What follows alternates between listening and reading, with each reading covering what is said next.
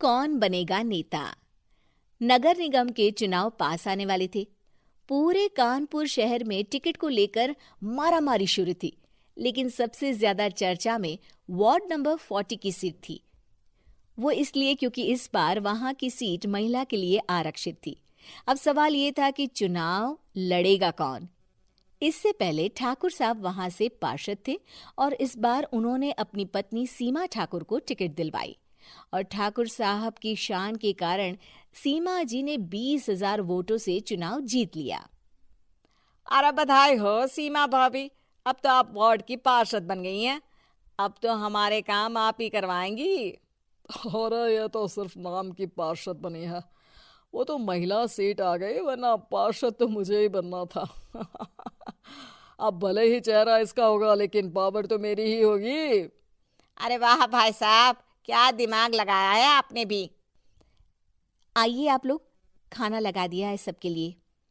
सीमा जी पार्षद बन चुकी थीं, फिर भी उनकी एक ना चलती। सारे काम ठाकुर साहब खुद ही संभाल लेते और जहां जरूरत पड़ती वहां सीमा जी का अंगूठा लगवा लेते।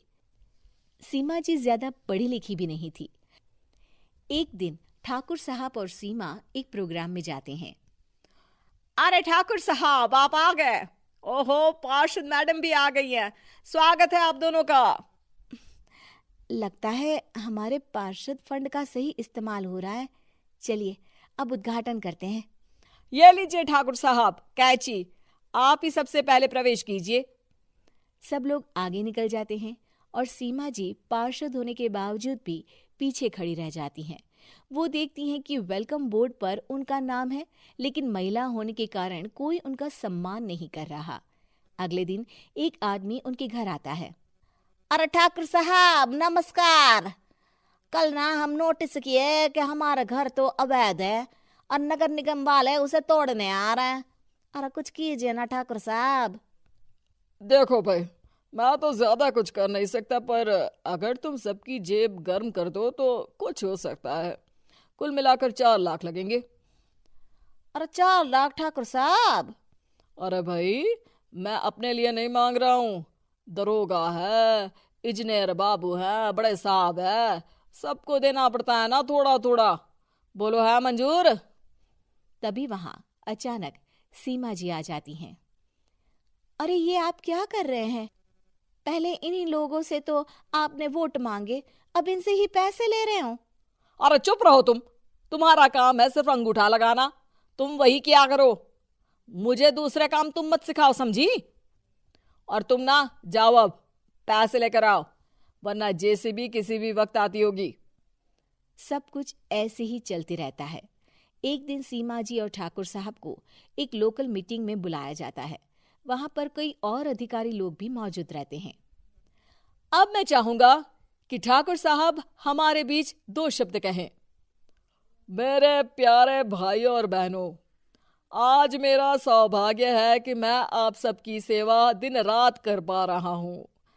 आपने मेरी पत्नी को भारी मतों से जिताया है, इसलिए मैं आप सभी का शुक्रगुजार हूँ। मैं आप सबसे वादा करता हूँ कि हमेशा की तरह हमारे वार्ड में किसी को कोई तकलीफ नहीं आने दूंगा। सभी लोग तालियां बजाने लगते हैं। अब मैं माननीय पार्षद मैडम को स्टेज पे बुलाना चाहूंगा। अपने नाम को बुलाया सुनकर सीमा जी एकदम चौंक जाती है। उन्हें बिल्कुल उम्मीद नहीं थी कि इतनी बड़ी जगह उन्हें मंच पर बुलाया जाएगा। जैसे तैसे वो मंच पर चढ़ती हैं। ऊपर जाते ही सीमा जी को सारी पुरानी बातें याद आ जाती हैं कि किस तरह उनके पति उन्हें कभी भी आगे बढ़ने नहीं देते और उनके नाम से गलत काम करते हैं। वो बोलने लगती हैं। मैं आपके वार्ड की पार्षद सीमा हूं। आप में से बहुत कम लोग ही मुझे जानते होंगे, क्योंकि इससे पहले मुझे कभी ऐसा मौका ही नहीं मिला। सारे मौके मेरे पार्षद पति यानी आपके ठाकुर साहब ही लेते रहे, लेकिन आज ये मौका मुझे मिला है तो मैं इसे ऐसे ही नहीं जाने दूंगी। मैं आपको ये बताना चाहती हूँ कि आपके ठाकुर साहब मेरे नाम की आड़ में गैर कानूनी काम करते हैं, जिस पर अंगूठों के निशान मेरे होते थे। इसीलिए मैं अपनी गलती मानती हूँ और आज अपने पद से इस्तीफा देती हूँ, ताकि आगे से कोई गलत काम ना हो पाए। अब फैसला आप सबके हाथ में है कि आप हमें क्या सजा देना चाहते हैं। सीमा जी की बातें सुनकर ठाकुर साहब के चेहरे का रंग उड़ जाता है और वो शर्म से मुंह नीचा करके वहां से चले जाते हैं और पद से इस्तीफा देकर ही सही सीमा जी अपने आप में आत्मविश्वास महसूस करती हैं।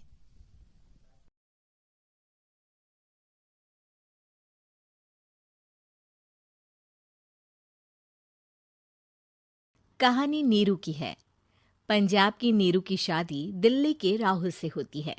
दिल्ली कितना बड़ा शहर है ना, लेकिन आप लोगों का घर तो बहुत छोटा है।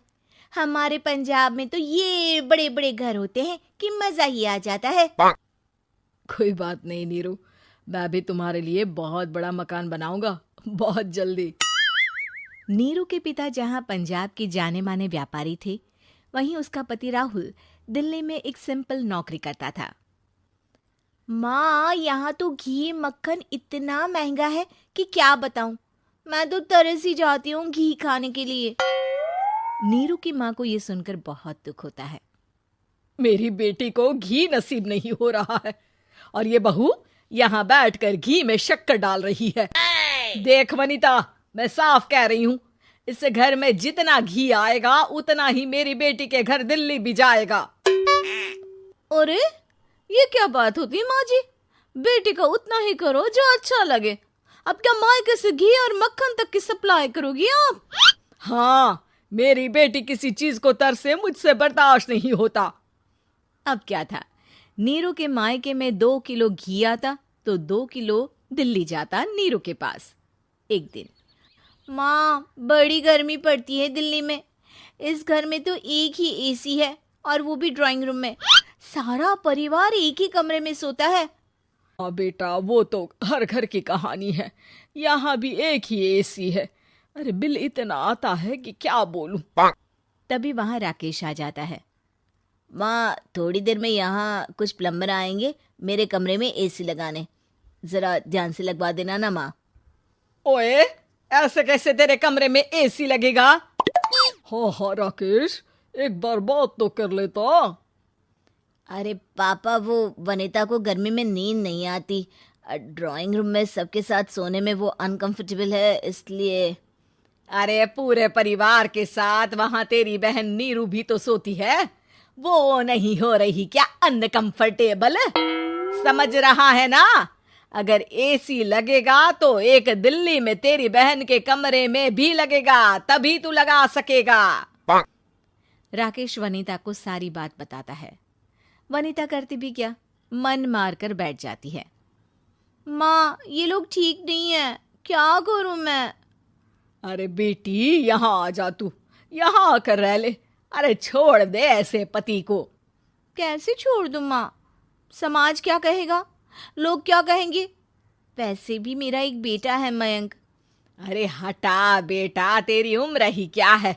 इतनी परेशान रहेगी तो काम कैसे चलेगा? खैर, बात आई गई हो जाती है। माँ को लगता है कि नीरू ठीक है, तो वहीं नीरू के मन में एक ही लाइन चल रही होती है, यहाँ आजा। माँ ने तो बोल ही दिया है कि यहाँ आजा। बस मयंक थोड़ा सा बड़ा हो जाए, इन गरीबों को छोड़कर मैं वापस माँ के पास ही चली जाऊंगी। वो इसी सोच में बाजार में चल रही थी कि मैम, आपका दुपट्टा जमीन को छू रहा है। नीरू जैसे ही उस लड़की की तरफ देखती है, देखती ही रह जाती है। हाय रे, कितना सुंदर लड़का है ये। अब क्या हुआ? मैंने कहा आपका दुपट्टा।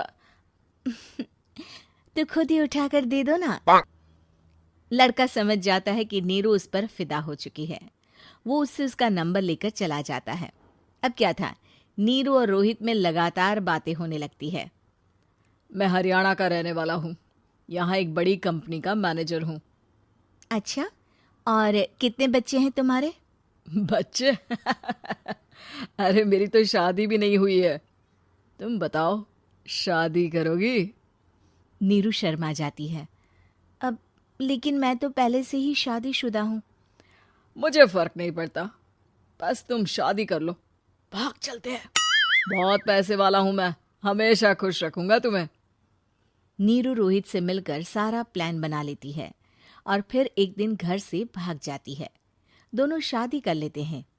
शादी के बाद क्या बात है नीरू, तुम्हें परेशान सा देखता हूँ। सब ठीक तो है ना? हाँ हाँ, सब ठीक है।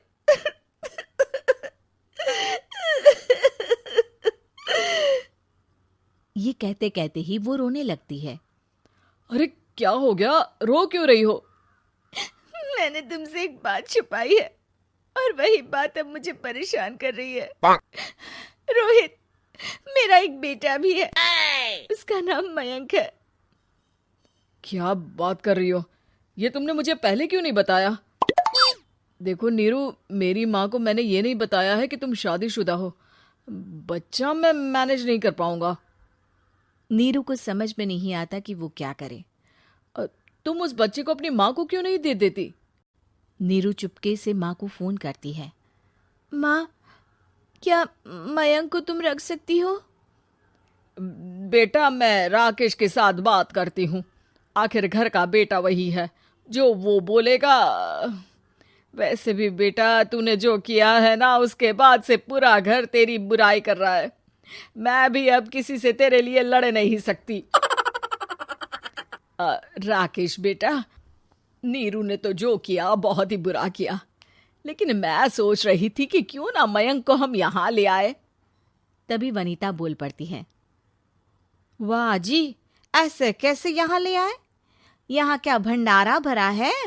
और जिस बच्चे की माँ ने नहीं सोचा, उसके लिए हम क्यों सोचे? नीरू को एक बार तो अपने बच्चे के बारे में सोचना चाहिए था ना। अरे लेकिन तेरे पास भी तो लड़का नहीं है ना वनीता। माँ, वनीता ठीक बोल रही है। कल को वो बड़ा होकर इसी घर का हिस्सा मांगेगा तो हम क्या करेंगे? माँ कहती भी तो क्या, वो चुप रह जाती है। वहीं नीरू का पहला पति कहता है। माँ, अगर आज भी वो वापस आ जाए तो मैं उसे माफ कर दूंगा। बेटा, गरीबी चीज ही ऐसी है, क्या करेगा। तू तो अब मयंक का सोच। वो बेचारा तो बिना माँ का हो गया। मयंक के खातिर तू दूसरी शादी कर ले बेटा। लोगों के लाख समझाने के बाद नीरू के पहले पति की शादी रिद्धि से हो जाती है, जिसके पहले पति से 2 बच्चे होते हैं। देखो जी, मैंने शादी सिर्फ बच्चे के खातिर की है। मैंने भी शादी सिर्फ बच्चों के खातिर की है। वहीं नीरू के दूसरे पति के मन में ये बात घर कर जाती है कि नीरू एक मासूम बच्चे को उसके खातिर छोड़ कर आई है। अब देखो नीरू, मुझे लगता है कि जो औरत अपनी कोख का बच्चा छोड़ सकती है, वो तो कुछ भी कर सकती है। कल को तुम्हें मुझसे अच्छा कोई मिल गया तो तुम तो मुझे भी बाय बाय कर दोगी ना। नीरू को अब उसका दूसरा पति ताने देना शुरू कर देता है।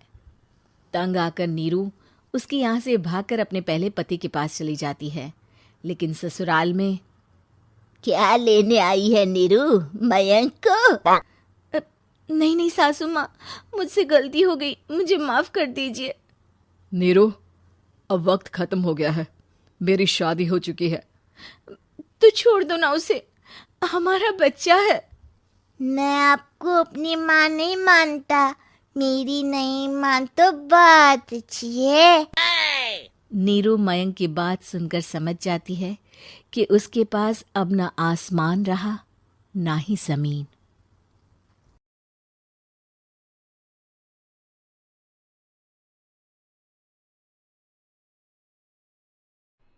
खट्टा खाने वाली चुड़ैल। रात को अचानक राधिका मौसी को किचन से कुछ गिरने की आवाज आई। उन्होंने बाहर निकल के देखा तो किचन में उन्हें कोई सफेद साड़ी में दिखा। वो चीख पड़ी। हे भगवान, आलतू जलाल तू आई भला को टाल तू, आलतू जलाल तू आई भला को टाल तू। राधिका मौसी को चीखते सुनकर श्रवण बाहर आता है भागते हुए। अरे माँ, क्या हुआ? क्या देख लिया? दादी माँ आ गई क्या सपने में? अरे बेटा, रसोड़े में देख तो कौन है? श्रवण रसोड़े में झांक कर देखता है और उसे कोई नहीं दिखता अंदर। अब रसोड़े में तो कोई नहीं है माँ। कोई सफेद साड़ी में नहीं है क्या? नहीं माँ, कोई भी नहीं है। चिल्लम चिल्ली की आवाज सुनकर काजल भी वहां आ जाती है। अब क्या हो गया माँ जी? अरे बेटा, रसोड़ी में एक चुड़ैल थी, सफेद साड़ी में। अरे क्या कर रही थी वो अंदर? अरे बताया नहीं, कल आएगी ना तो पूछ लूंगी। चुड़ैल जी, आपका क्या प्लान है? माँ जी, रात बहुत हो गई है, आपने कोई बुरा सपना देखा होगा, चलिए सो जाइए। राधिका मौसी सोने तो चली जाती है, पर उनको रात भर नींद ही नहीं आती। वो कुछ भी उलझुल बातें सोचने लगती है। कहीं चुड़ैल की वजह से तो घर में टेंशन नहीं हो रहा, कहीं उसी की वजह से तो वो दादी नहीं बन पा रही। सुबह जब राधिका मौसी रसोड़े में छानबीन करती है तो पाती है कि नींबू का अचार गायब है। चुड़ैल नींबू का अचार ले गई, मुझे तो ठीक नहीं लग रहा कुछ। चुड़ैल को भी पता है कि जिंदगी का असली मजा तो खट्टे में ही है। राधिका मौसी झट से श्रवण को फोन कर देती है। बेटा, मुझे समस्या समझ में आ गई है, हमें एक तांत्रिक की जरूरत है। अरे क्या बोल रही हो माँ, तांत्रिक की क्या जरूरत है? आप पूजा पाठ तो कर ही रही हो ना। आलतू जलालतू मंत्र सारे फालतू जैसे कुछ मंत्र पढ़ो, चली जाएगी अपने आप चुड़ैल। अरे नहीं बेटा, कभी चुड़ैल को कम नहीं समझते। अरे तुझे पता भी नहीं चलेगा कि कभी वो छल करके काजल की जगह घर की बहू खुद बन जाएगी। क्या माँ, कुछ भी बोल रही हो? कहाँ काजल और कहाँ चुड़ैल? वैसे एक बात बताओ, काजल को अगर गाने के लिए बोल देना तो चुड़ैल काजल की आवाज सुनकर घर तो क्या, धरती लोग छोड़कर चली जाएगी। तुम ना पढ़े लिखे बच्चे हर चीज को मजाक समझते हो। तुम रहने दो, मैं खुद ही तांत्रिक को बुला लेती हूँ। अच्छा सुन, शाम को इमली लेके आना। क्या है कि चटनी खाए बहुत दिन हो गए है ना। नहीं माँ, इमली तांत्रिक से ही मंगवा लो ना, आटा वगैरह भी उसी से पिसवा लेना। देखो मुझे काम करना है। श्रवण रात को कई तरह की सब्जियों के साथ माँ के कहने पे चटनी के लिए इमली भी ले आया था, लेकिन राधिका मौसी के दिमाग में अलग ही फिल्म चल रही थी। उन्हें अब सिर्फ शक ही नहीं यकीन होने लगा था कि शायद चुड़ैल ने श्रवण पर अपना जाल बिछा दिया था, जिस वजह से श्रवण उनकी बात ही नहीं मान रहा था। पर कोई नहीं, आने वाली रात में राधिका मौसी खुद तैयार हो गई चुड़ैल को पकड़ने के लिए। रुद्राक्ष की माला, तुलसी का पत्ता, हनुमान चालीसा सब हाथ के पास ही था, बस चुड़ैल का इंतजार था। और जैसा राधिका मौसी ने सोचा था वैसा ही हुआ। वो चुड़ैल उस रात भी आई, पर वो राधिका मौसी से तेज निकली और राधिका मौसी के उससे पकड़ने के पहले ही वो भाग खड़ी हुई। जरूर बहू पे साया है उस चुड़ैल का, तभी तो श्रवण के कमरे में गई है। और अगली सुबह राधिका मौसी पिछली रात हुए हमले में किन चीजों का नुकसान हुआ उसका हिसाब लगा रही थी। उनके खेमे से एक आम के अचार की शीशी भी गायब हो चुकी थी, और वो इमली भी जो कल श्रवण लेकर आया था। राधिका मौसी इस बारे में सोच ही रही थी कि श्रवण जल्दी से रसोड़े में आकर दवाइयों की पोटली ढूंढने लगता है। अरे बेटा, क्या हो गया? अब माँ, वो काजल की तबीयत खराब है, बहुत घबराहट हो रही है उसे। हे भगवान, मैंने पहले ही कहा था कि तांत्रिक को बुला लेते हैं, पर नहीं, अब देखो उस चुड़ैल ने काजल को अपने वश में करना शुरू भी कर दिया है। हालांकि श्रवण भूतों में विश्वास नहीं करता था, पर अब वो भी डर जाता है और राजी हो जाता है एक तांत्रिक को बुलाने के लिए। कुछ ही घंटों में तांत्रिक आ जाते हैं और राधिका मौसी तांत्रिक जी को सब बता देती है। घोर संकट, घनघोर संकट, चुड़ैल को मारू जोर चाकट, ओम भट स्वाहा खटखा के आहा। अरे ये क्या मंत्र है? मेरे खुद के ओरिजिनल मंत्र है, कल रात को ही लिखे हैं, अच्छे लगे तो दाद चाहूंगा। एक और मंत्र सुनो, अर्ज किया है आब्राकडाब्रा, दिल्ली बम्बई आगरा, चंदा मामा सोबरले सुरन मामू जारा। ये मंत्र है? अरे कोई चालीसा वालीसा पढ़ो ना। वक्त कम है, 40 नहीं पड़ेंगे, 20-25 में काम चलाना पड़ेगा। अलग निरंजन जाके लंदन, मुफ्त का मंजान घिस मेरे नंदन। अरे जल्दी करो तांत्रिक जी, जल्दी करो। तांत्रिक अपने उल-झलूल मंत्र पढ़ने लगता है। श्रवण को तांत्रिक पे शक होता है। वो अपने एक डॉक्टर दोस्त को कॉल कर देता है ताकि कोई अनहोनी हो तो इमरजेंसी में चीजें मैनेज हो जाए। तांत्रिक धुनी रमाता है, जिसकी वजह से कमरे में काफी धुआं हो जाता है और जिसकी वजह से बहू की घबराहट बढ़ जाती है। अब भागेगी चुड़ैल। हाँ। बहू खांसते हुए धुएं से बचने के लिए बाहर चली जाती है। अरे भाग रही है, भाग रही है। पीछे पीछे श्रवण भी जाता है। बहू एक सोफे पर बैठ जाती है। तभी डॉक्टर दोस्त आ जाते हैं और श्रवण को पानी लाने के लिए कहते हैं। थोड़े चेकअप के बाद डॉक्टर कहते हैं, मेरे हिसाब से जाप का काम पूरा हो गया है। क्या मतलब? अरे कुछ भी नहीं माँ, कोई चुड़ैल नहीं है, खुशखबरी है, अब दादी बनने वाली है। मगर वो सब अचार के डब्बे। श्रवण दोनों अचार के डब्बे अपनी माँ को दिखाता है, जो कि उनके बिस्तर के नीचे छुपे हुए थे। आपने सही बोला था माँ, वो चुड़ैल काजल ही थी जो खट्टा खा रही थी। हमें कल ही पता चला, पर हमने आपको ये तांत्रिक वाला काम करने दिया ताकि आपको भरोसा हो जाए कि भूत वगैरह कुछ होता ही नहीं। अच्छा अच्छा, ये तो बड़ी खुशी की बात है। पर बेटा मुझे एक झाड़ू तो ला दे। क्यों माँ? ये तांत्रिक का भूत उतारती हूँ मैं। अब तांत्रिक राधा मौसी के डर से घर से भाग निकलता है और राधा मौसी उसके पीछे भागती है। अरे संकट ये घनघोर है, तांत्रिक मुआ चोर है।